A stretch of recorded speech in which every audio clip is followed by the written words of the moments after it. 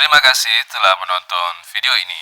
Jangan lupa dukung channel kami dengan mengklik tombol subscribe, like, dan komen ya. Barakallahu fiikum.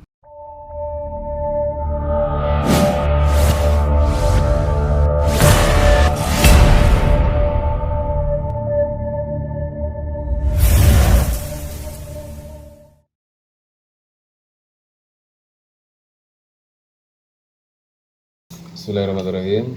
Hari ini kita insya Allah akan berdiskusi seputar surat An-Naba yang ke-22 yang bunyinya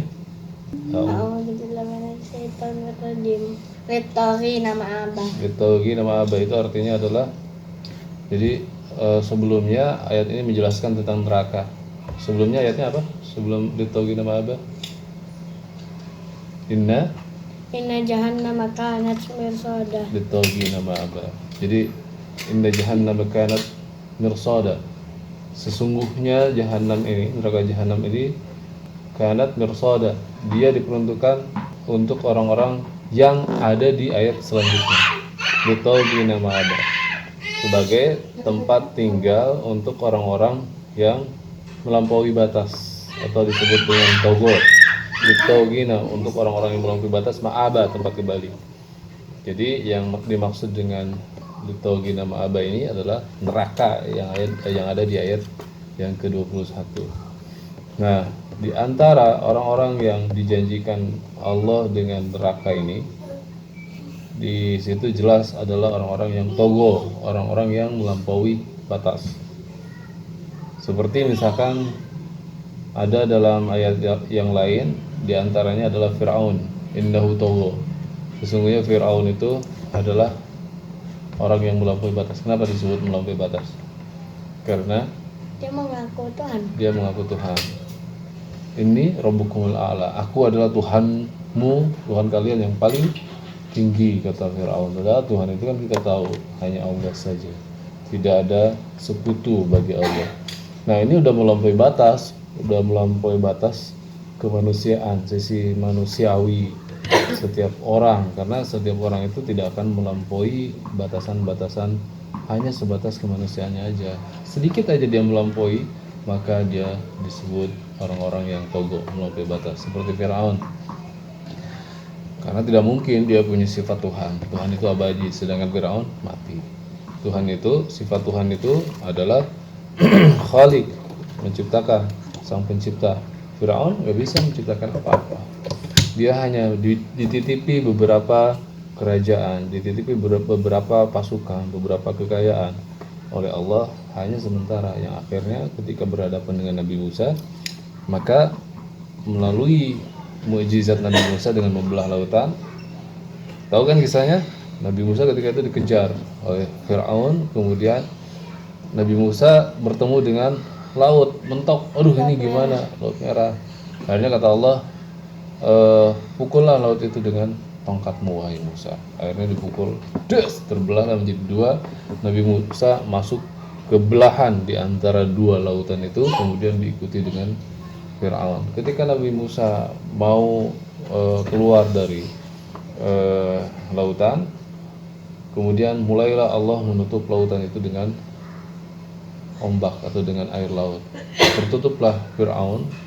Lalu ketika Nabi Musa dan kaumnya sudah keluar dari lautan, semua tentara Fir'aun atau Fir'aun beserta bala tentaranya ditenggelamkan oleh Allah di Laut Merah. Nah, itu adalah balasan untuk orang-orang yang togo. Togo itu melampaui batas. Dan neraka ini dalam ayat yang 21 ini sifatnya mengintai. Sudah mengintai, sudah disiapkan sama Allah. Sejak zaman semua belum ada, neraka itu sudah ada, tinggal menunggu. Ma'aba itu tempat kembali. Biasanya kalau kembali itu dari mana? Kalau orang dikatakan aku baru kembali perjalanan dari safar, misalkan kamu dari Bandung pulang ke Bekasi, aku baru kembali dari Bekasi. Jadi tempat kamu ya di sini di Bekasi.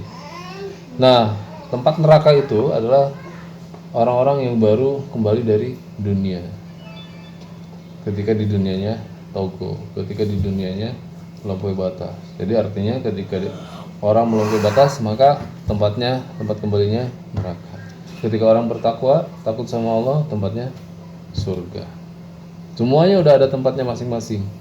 Orang yang takut dengan Allah masuk surga, orang yang melampaui batas tidak takut dengan Allah, maka dia akan masuk neraka. Sekarang bagaimana mensikapi ayat itu dengan cara kita menghindari sifat-sifat yang disebutkan dalam ayat 22 dari surat An-Naba. Ditoghi dan ma'aba. Jadi tempat kembalinya orang-orang yang melampaui batas itu yang neraka. Nah, supaya kita tidak masuk ke dalam kategori orang-orang yang melampaui batas, maka kita harus terus berada dalam jalur yang lurus, jalur Islam, aturan-aturan yang sudah jelas, aturan-aturan yang Allah sudah turunkan melalui Al-Quran dan hadis. Nah, di situ juga dikasih batasan-batasan, mana yang kita harus jalani, mana kita yang nggak boleh jalani, melampaui batas. Kita ada batas-batasan. Kalau melampaui batas, berarti kita sudah keluar dari jalur. Semua yang dilarang oleh Allah, maka itulah batasannya. Ketika orang masuk ke dalam larangan-larangan yang dilarang oleh Allah, maka dia sudah melampaui batas. Itu satu. Yang kedua, bahasa togo ini adalah melampaui batas. Maksudnya adalah ketika seseorang mengikuti selain Allah sampai melampaui batas, maka dia taugut namanya. Orang yang diikuti lebih dari Allah atau disamakan dengan Allah loyalitasnya, ketaatannya, maka dia disebut taugut. Contoh, kamu taat sama manusia, kamu taat sama guru misalkan.